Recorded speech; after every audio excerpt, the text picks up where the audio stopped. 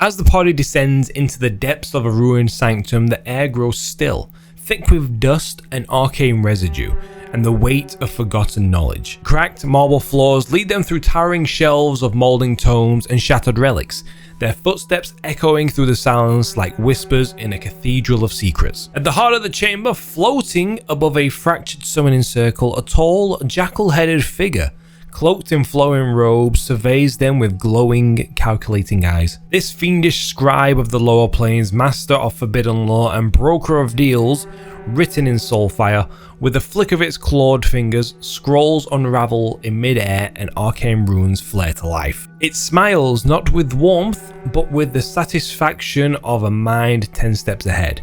It offers knowledge, power, even answers the party have long sought. But there is always a price. And in this place, even a whisper can become a pact, and a question might cost more than they're willing to pay. Yes, in today's video, we are going over the fiendish librarians known as the Arcanaloth.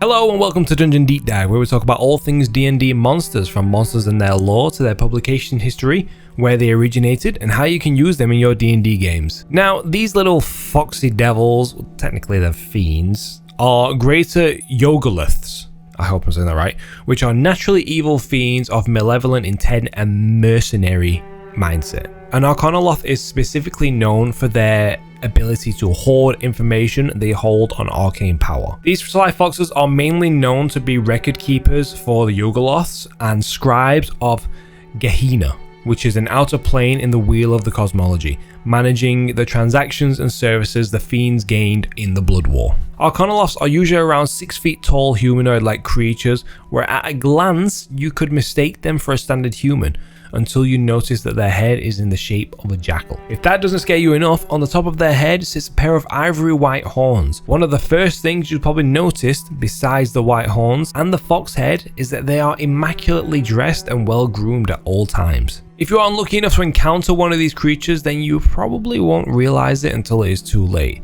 and a deal has already been made, as when negotiating deals, they are often disguised as charming, welcoming humanoids, giving a false sense of security. Compared to many fiends in the world, Arcanaloths are rather civilized, and you could usually spend a lifetime in a civilized world without anyone knowing any different, with the natural possession of a sharp mind and a silver tongue. If you do end up making conversation with an Arcanaloth, they will genuinely not tell you any lies, but are experts in manipulation and diplomacy.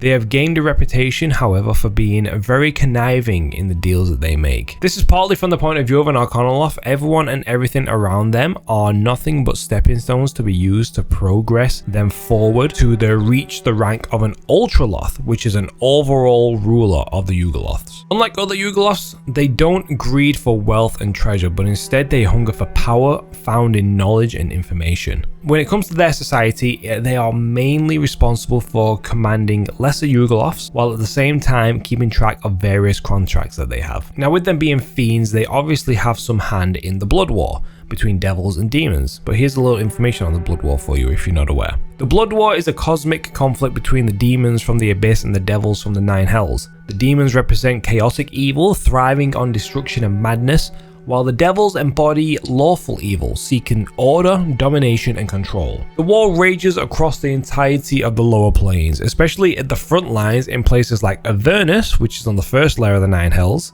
where this war has been going on for eons with no side letting up.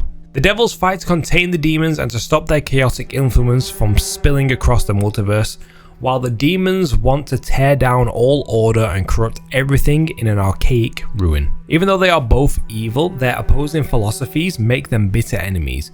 Mortals sometimes even get caught in the crossfire, or are even manipulated into fighting on one side or the other, often without even realizing it. Now, jumping back to our foxy little devil, demon, fiend. Arcanaloths play a vital but not essential role in the war, where they negotiate deals and bargains between both sides. So much so that sometimes it was down to the deals that the Arcanaloth make that decided whether legions of either demons or devils would survive or die. They would go as far as use devious tactics like openly talk about previous deals they've made with their clients, prompting an outbidding war between the two parties. Arcanaloths don't venture out of their home plane of Gehenna very often, but when they do, they don't really go far are for long as they are drawn back to the power of the city itself. In the city, there are many fortresses of red iron throughout the entire plane, and each fort is occupied with lesser Yugoloths like Mesoloths as their servants. Throughout each fortress, an Arcanaloth has multiple personal portals that spread out to other planes throughout the multiverse, and some even to the material plane. When an Arcanaloth is aiming to get promoted to an Ultraloth, the task to do so is challenging and deadly.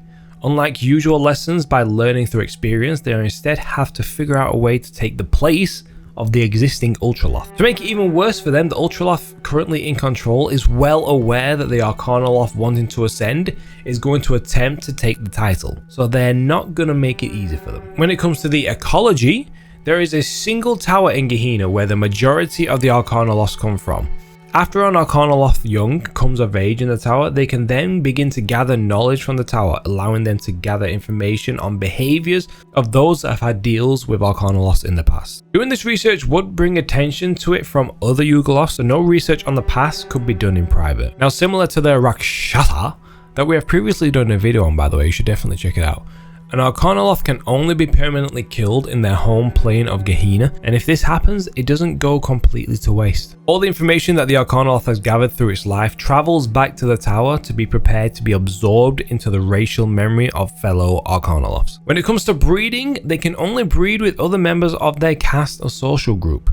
When young are born, they are then raised gracefully and given lessons in negotiation and diplomacy. Now, in terms of food, they were fond of eating bone marrow, partially as a show of disdain and also as an expression for their fiendish roles as devourers of life from the inside out. It is rumored that the first ever Arcanaloth originated from the Abyss, but the Demon Lords banished them due to their deceptive nature. But there are other rumors that a Ravastas and a Rakshasa are the descendants of Arcanaloths. Okay, so now we've gone over these D&D furries' origins, let's go over their publication history throughout Dungeons and Dragons. Arcanaloths made their first appearance in the 1st edition Monster Manual 2, where they are actually called Arcanadaemons. In the book it says when they attack, they can use their horns that deal a decent amount of damage as well as a bite attack. They have a wide range of spells that they have at their disposal, like Burning Hands, Fly, Change Shape, Dimension Door, and Teleport, and they are also known to have a super genius level intelligence. They also made a spotty appearance in the Swords of the Iron Legion Adventure Manual.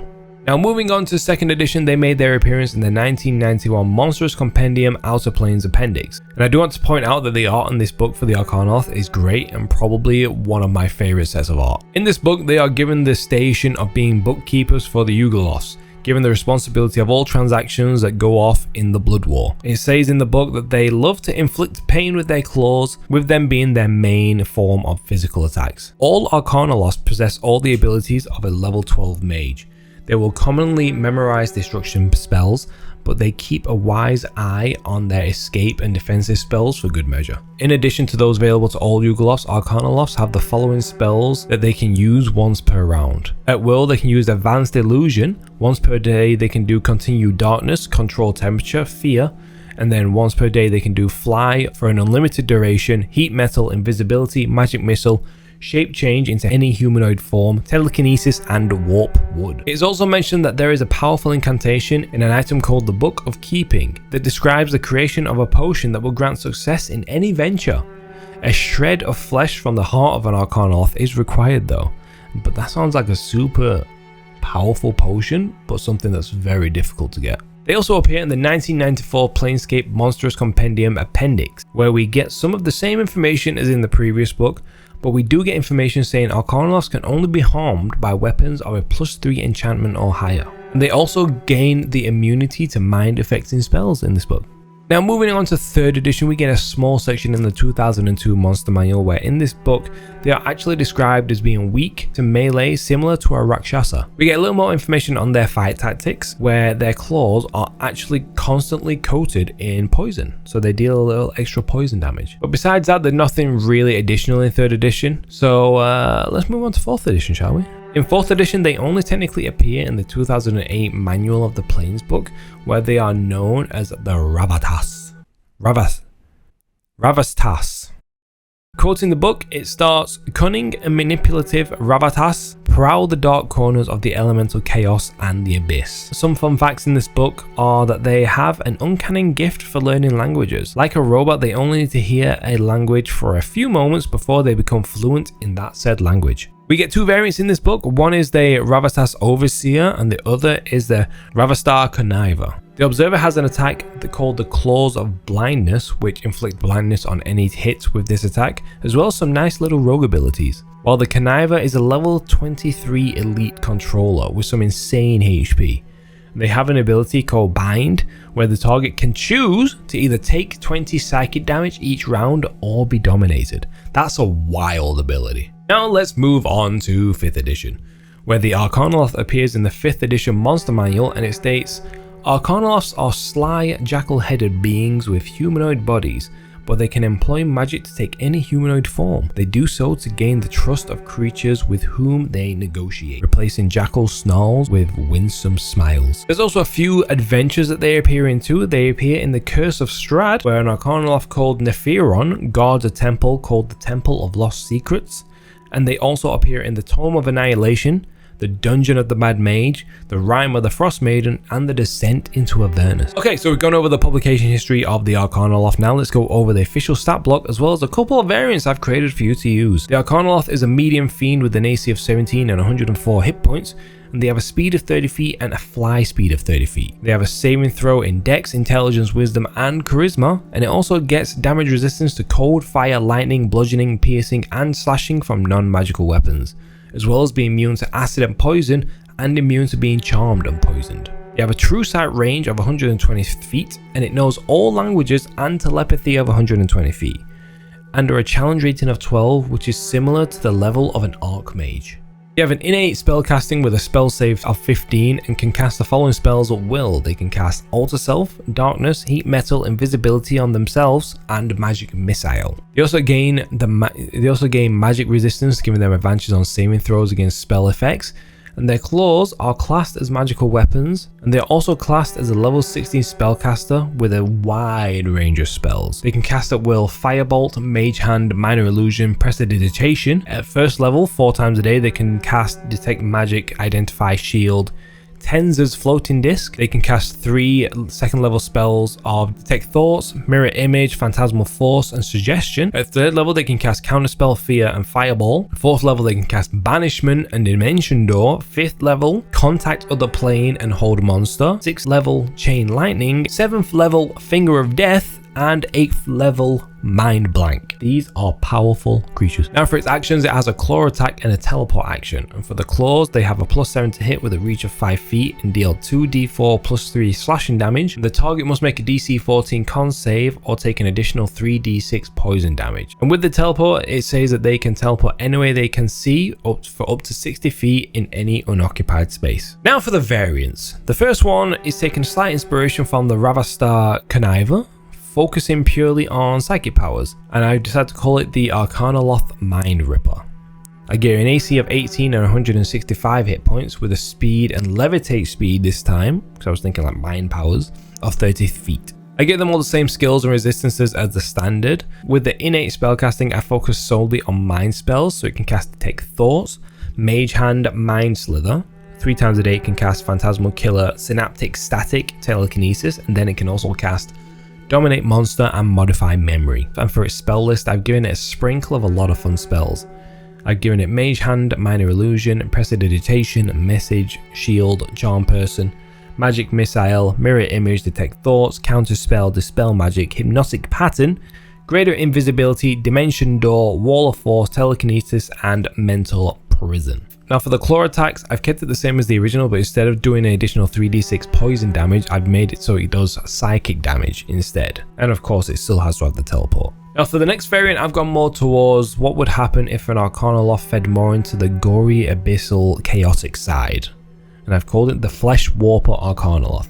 I gave it an AC of 17 with 180 hit points and the same speed and skills and saves as the original. With the innate spell castings, I've given it Mending, Thaumaturgy, Command, Bestow Curse, Blight, Greater Invisibility, Disintegrate, and Create Undead. For its spells, I've given it Ray of Frost, Chill Touch, Minor Illusion, Mage Armor, Magic Missile, Mirror Image, Enlarge or Reduce, Counterspell, Animate Dead, Greater Invisibility, Polymorph, Cloud Kill, Contagion, and Flesh to Stone. I've kept the claw attacks and teleport the same as the original, but I've given it an additional attack called Flesh Warp Beam, with a recharge of 5 or 6, where a twisted beam of magic lashes out at one creature within 90 feet. The target must make a DC 19 Constitution save, or on a failure, the creature's body is twisted horribly and they take 10d8 necrotic damage and become restrained as its limbs and bones twist unnaturally.